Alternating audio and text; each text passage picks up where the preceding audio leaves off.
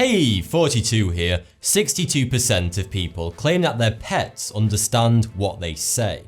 Whether or not animals can hear, recognize, and possibly even understand what humans say has always been a profound mystery. Recent evidence attempts to reveal once and for all whether Tony the Terrier knows the difference between "good boy" and "Tony, did you chew my slippers?" Dogs may respond to these sentences. But do dogs and other animals actually understand the meaning behind those sentences, or are they just well trained? You may be very surprised by what you're about to discover about animal perception. In 1984, researchers at the National Marine Mammal Foundation in California noticed something quite unusual. They claimed that they heard voices of people talking around an enclosure where they kept a beluga whale known as Knock. They were fairly certain it wasn't anything paranormal. After all, the voices sounded so real.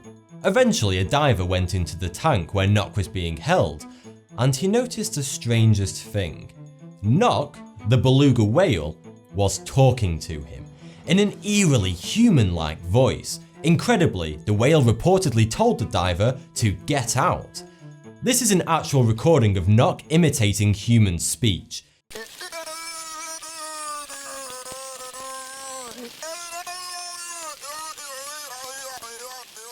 It kinda sounds like a human talking through a kazoo, doesn't it? That's because, unlike humans who use their larynx, whales use their nasal tract to produce sounds, making everything sound all nasally. It's believed that Knock, having lived most of his life in close proximity to humans, learnt to mimic the human voice.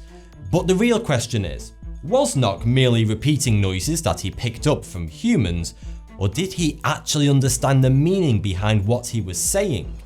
Asian elephants, seals, and parrots have also been known to imitate human speech, but do they understand what they are saying? And do they understand what we say to them?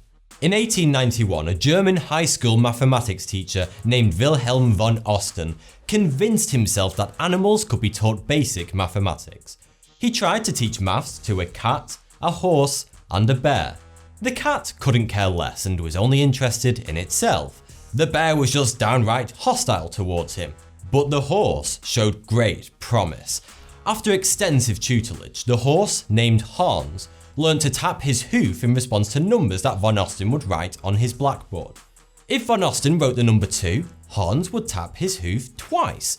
If he wrote 4, Hans would tap 4 times, and so on. Spurred on by this success, von Osten proceeded to teach Hans to answer basic mathematical equations. Von Osten would write on the blackboard 2 plus 2 equals, and Hans would tap his hoof 4 times. Von Osten was delighted and exhibited Hans to the public all over Germany.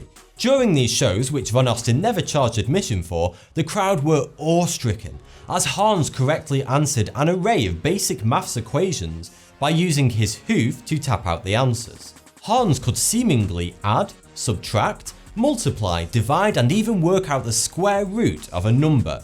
Hans would correctly answer around 89% of the questions.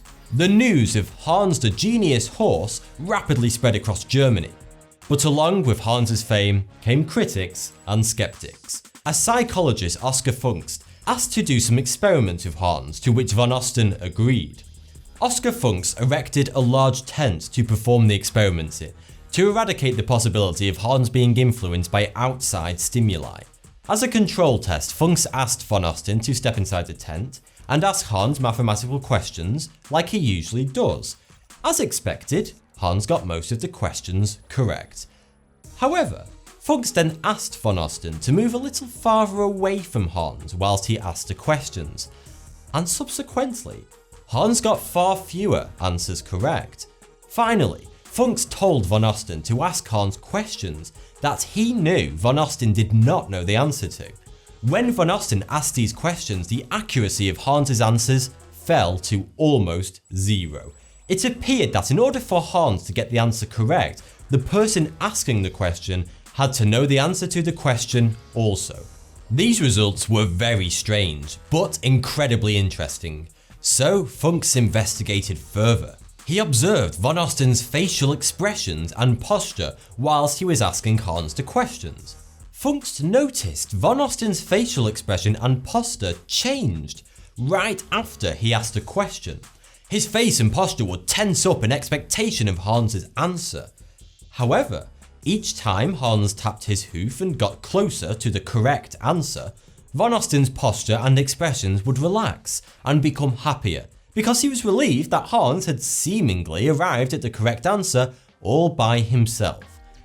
It transpired that the horse was receiving small visual clues that acted as feedback.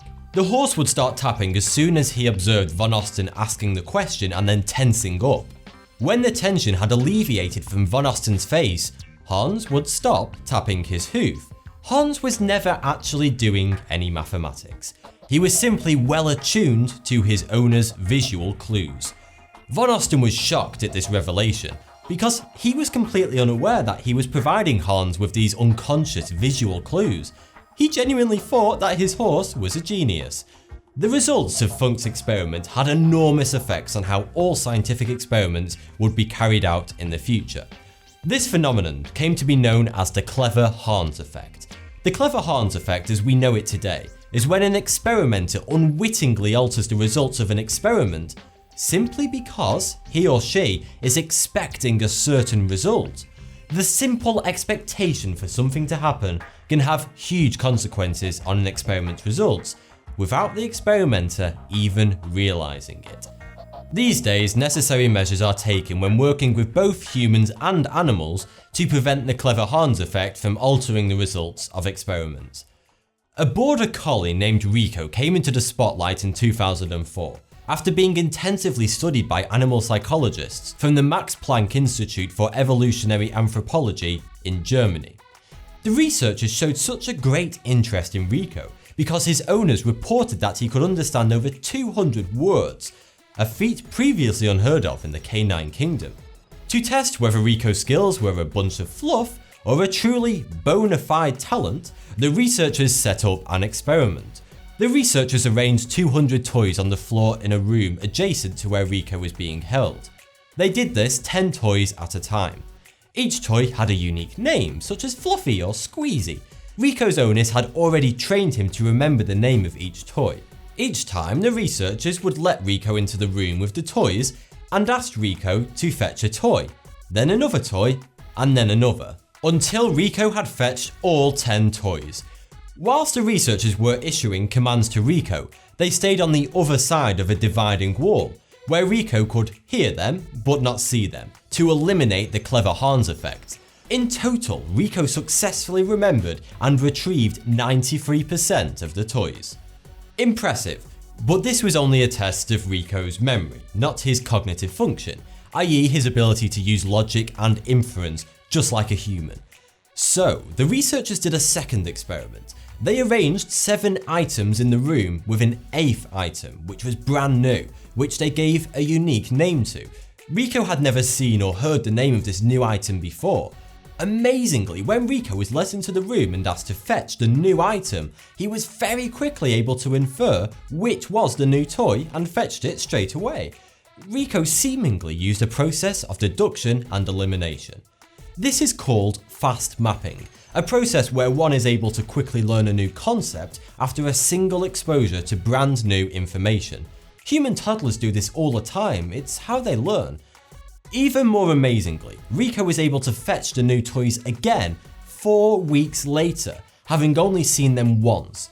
Out of the 6 new items that Rico was shown 4 weeks prior, he remembered 3 of them 4 weeks later. Interestingly, 3 out of 6 is the same rate at which adult humans are able to remember things that they saw 4 weeks ago. Chaser is another border collie who can reportedly remember the name of 1,000 toys and can retrieve each one of them just like Rico. But Chaser has another unique talent. She is able to recognize verbs.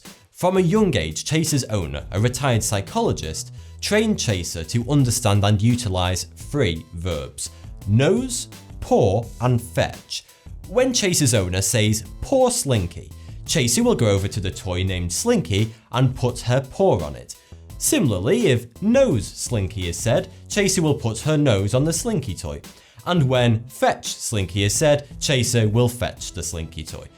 Chaser's owner is able to swap the verb and the name of the toy for any one of 1,000 different toys, and Chaser will go over to the correct toy and do the correct action almost 100% of the time. That's about the same cognitive ability as a 3-year-old human child. This also demonstrates something astonishing. Chaser doesn't simply remember each and every command, it's not just a cheap memory trick. Chaser's brain is actually using cognitive function to determine what to do in each given situation. This is no different to how a human brain works. Although this is rather basic stuff for an adult human, it's an amazing display of cognitive ability and logical inference for an animal. It demonstrates that dogs do understand what we say, provided they are given the opportunity to learn these human-like concepts as a puppy. But that's no different from a human. Humans have to learn this stuff too. We aren't born knowing what "go get daddy a beer" means. As a baby, we learn the individual words that construct that sentence. And then, as a toddler, we use our brain's cognitive ability, especially our fast mapping ability, to know what we should do when those words are arranged into that sentence in that order, just like Rico and Chaser are doing. Dogs aren't able to learn as fast or to the same extent as humans, so realistically their ability is capped when compared to humans. However, provided they are given the correct education and training from an early age, dogs most definitely can understand at least a small percentage of what you say to them. So, when you say, "time for walkies," and your dog goes freaking mental, it may not just be because they have associated the word walkies with running about outside with their beloved owner. There's actually some very basic level of understanding there, but don't think you can go and have full-blown esoteric conversations with your canine buddy. They may understand the odd word or two, but first and foremost, dogs use smell to communicate and differentiate between objects and people. They're probably going to understand a lot more of what you're trying to communicate to them if you roll around in the garden for 10 minutes then let them sniff you, than if you try to explain to them why you've had such a bad day at the office. So far, we've only talked about dogs, horses, and whales. But what about other animals? After all, a spectrum of animal cognition spans the entire animal kingdom. Take Coco the gorilla, for example. Coco is a female gorilla who has learned a modified version of American Sign Language. Coco was taught from a very early age, and now she can reportedly understand and use 1,000 different signs of what her trainer calls Gorilla Sign Language, and she understands over 2,000 words of spoken English. Naturally, Coco has been the subject of numerous scientific studies, articles, and books. But whether or not Coco actually understands sign language in the same way a human does is a topic of hot debate. Some researchers argue that Coco hasn't actually mastered sign language at all, and she doesn't understand the words she is signing. They insist that Coco's human-like sign language abilities are simply a result of operant conditioning. Operant conditioning is when someone learns to do something because there's a reward at the end of it. For example, if you showed a toddler 3 different coloured boxes, blue, green and red, and then placed a sweet in the green box, the toddler would then learn to always open the green box in the future in order to get the sweet. Coco may have simply learnt to make certain shapes and signs with her hands because she is rewarded for doing so. Video evidence showed that Coco was also being influenced by the clever Hans effect. Her trainers were giving her unconscious facial clues to prompt her to make certain gestures with her hands. Despite all this, Coco's trainers are adamant that there's more going on in Coco's head than researchers give her credit for. One piece of evidence which suggests a greater level of cognition in Coco's brain occurred when Coco's baby was taken away from her. The day after her baby was removed, she reportedly signed the word baby to her keeper. This is known as displacement, the ability to talk about objects that are not currently present in the room, and it's something that we thought was unique to humans, and it's very rarely observed in the animal kingdom. Also, Coco has been known to talk about new objects that she hasn't even been taught how to sign. For example, Coco has never been taught the sign language for the word ring, but Coco combined the signs for finger and bracelet to refer to a ring. And if you think about it, a ring is just a tiny bracelet for your finger. That's pretty smart going, Coco. Events such as this suggest that Coco has a higher level of understanding of the words she is actually signing. But there's a dark side to all that gorilla intelligence. Coco enjoys seeing human nipples, and she often asks her female caregivers using sign language to show her their nipples. This unusual behaviour actually resulted in a sexual harassment lawsuit by one of Coco's female caregivers in 2005. Maybe it's not such a good idea we try to communicate with animals after all. Dolphins are often said to be one of the smartest animals in the world, and they certainly proved it in a 1984 study. 2 bottlenose dolphins were taught human language. The first dolphin, named Phoenix, was taught how to comprehend human speech. The second dolphin, Akikamai, was taught a form of sign language. Both dolphins were taught a large variety of words, such as object names, actions, and object modifiers, all of which could be combined and rearranged into hundreds of unique sentences to form a command. For example, swim to the blue ring, or pick up the red ring. The commands were given to the dolphins using computer-generated voices and videos to prevent the clever Hans effect. Both dolphins were able to comprehend and execute the given commands at a much higher success rate than what would be considered chance. Understanding words and simple one-word commands is one thing, but for an animal to understand complex 3 to 5 word commands and accurately follow them is quite simply astonishing. Experiments such as these prove that many animals have an unprecedented level of understanding of human speech and communication. Up to now, we've only explored a minute fraction of intellect within the animal kingdom. Who knows what some animals are really capable of? A real-life Planet of the Apes may be just around the corner, but until then, you should probably watch what you're saying around your pets. They may be listening a bit more attentively than you think.